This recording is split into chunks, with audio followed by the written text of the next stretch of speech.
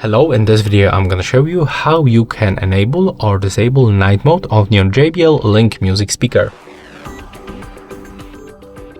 So to do this, you have to open this speaker on the Google Home application, then click on the settings icon in the right upper corner, go for the notifications and the digital well-being, go for the night mode, and here you can simply turn it on or turn it off by tapping on the switcher.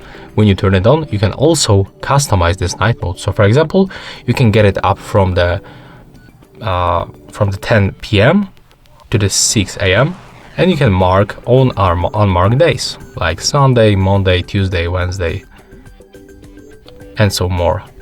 And there's also the LED brightness at the night. So of course we are talking about this icons right here. Take a look. But when you decrease brightness, it's less visible, definitely. Of course. And there's also the maximum volume at the night, as you can see. And we can also use the do not disturb mode right here. So yeah, that's how we can do this. Hope you like it.